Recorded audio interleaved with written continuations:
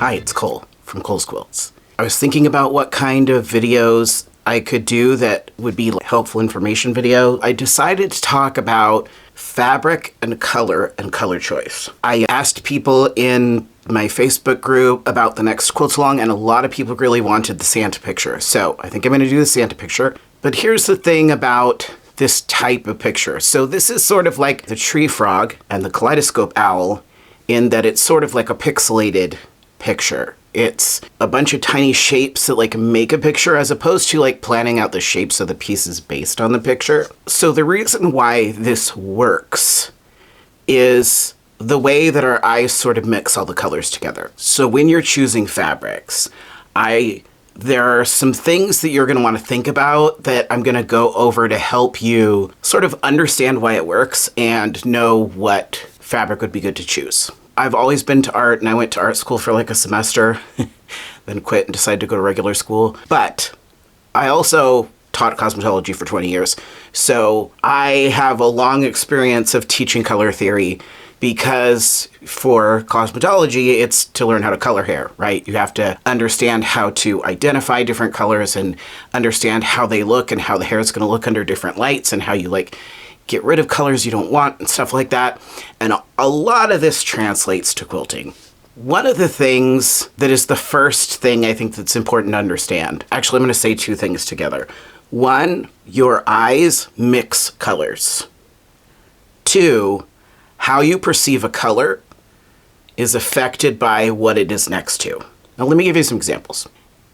As far as the examples of hair, one thing hairstylists know that a lot of people don't know is that gray hair isn't gray. When you start having hair grow out that is not pigmented, hairstylists call it unpigmented, it is white. However, the reason why a lot of people's hair look gray is because they have some hair that's still dark and some hair that's light. So let's say your hair is really dark, you have black and white, mixed makes gray. You have a bunch of tiny hairs from far away, your eye mixes the colors. Same thing if you do highlights. If you do really blonde highlights on really dark hair, the hair ends up sort of looking like it's in the middle. Now, I know you might be like, why are you talking about hair? I just think they're good examples.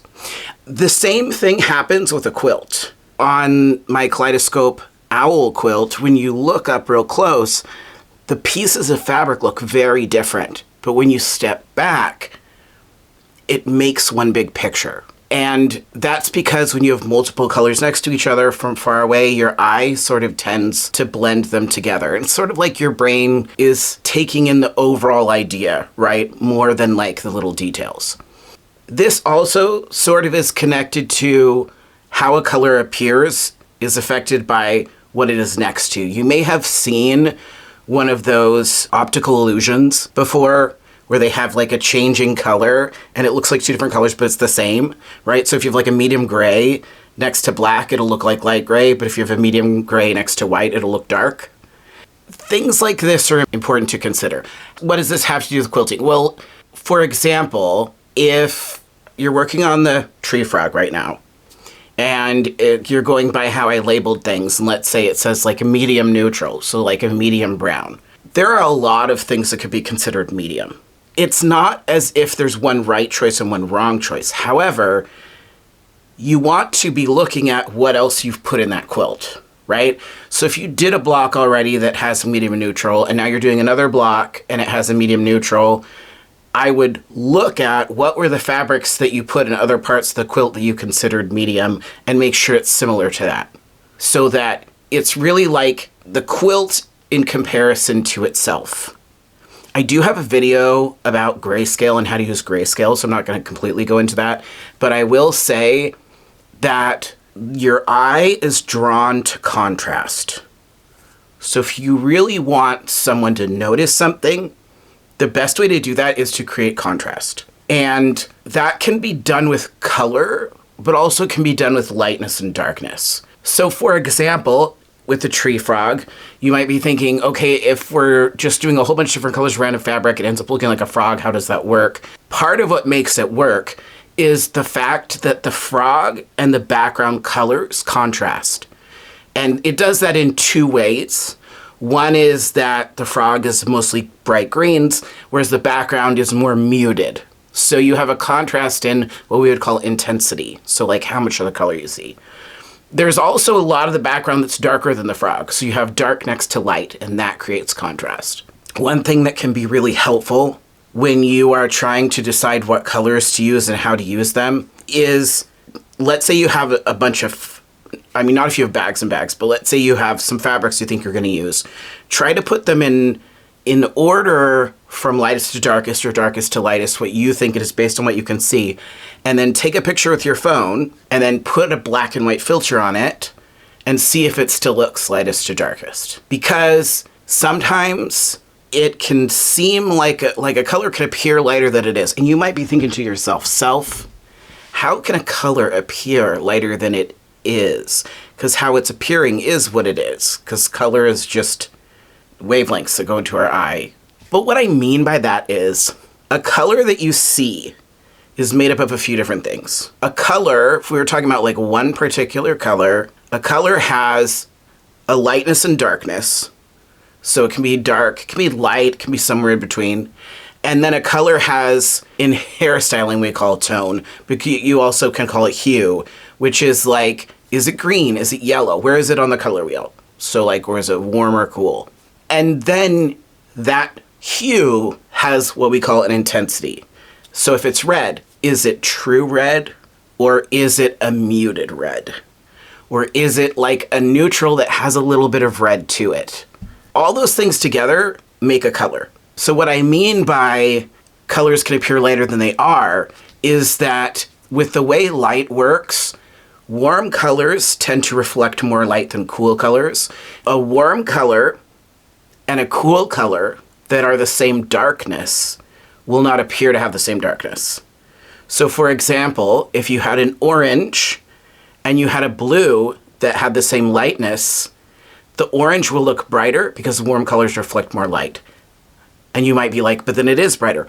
But if you took a picture of those two fabrics and you put a black and white filter on them, they would look the same. So why is that important? Because ultimately, if you're trying to make a decision about whether or not you want something that's going to appear lighter or cooler, or you're putting things together and you want to decide, like, are these going to look like they're the same? Or are they going to look different?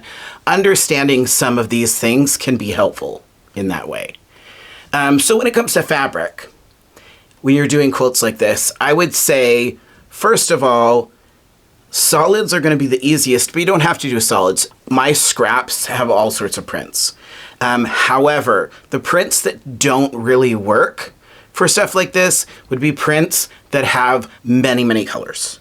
So when you're doing this type of quilt, you can use a print, but it's best to use a monochromatic print, meaning it's all basically one color. So for example, it's green with green polka dots, or it's like brown with lighter brown swirls, right? Or maybe it has two hues that are kind of close to each other.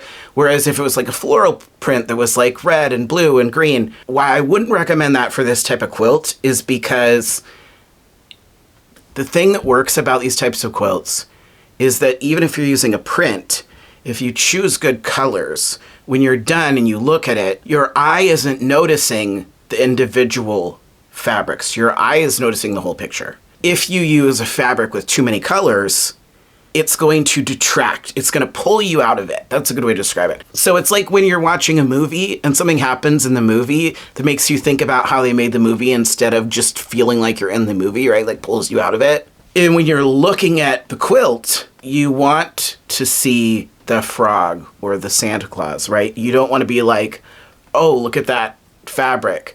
There's a lot of leeway here. You can make a lot of choices. I don't often like redo blocks. Although there was one when I was doing the owl, one fabric, when I put a block together, it was just brighter than all the other colors. And I did end up redoing it because I was like, all I'm seeing is that one color. One of the things that can be really fun, if you have like Adobe Illustrator or Inkscape, or you've used like graphic design software or even Photoshop, is to take a picture and use the eyedropper tool. And what it does is it samples colors on the picture. And then you can really see what colors are there. And it's usually different than you think. For example, you think about like a portrait, but the Santa Claus, for example. If I'm sampling pictures from someone's face that has the skin tone of this Santa Claus, I would think I'm going to be seeing like peaches, maybe some tans, some white for the beard. But when you actually go in and sample colors, you'll be surprised. It's a lot of grays, and the beard isn't just white. It's like cool grays, warm grays, some things look sort of pinky.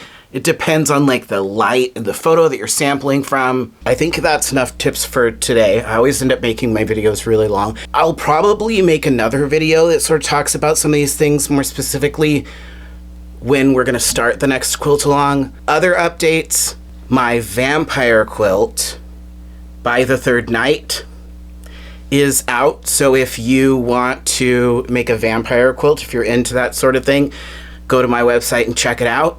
So that's just some basic stuff about color theory. If you want to know more, you have questions, please comment down below and I will be more than happy to answer your questions. Happy quilting.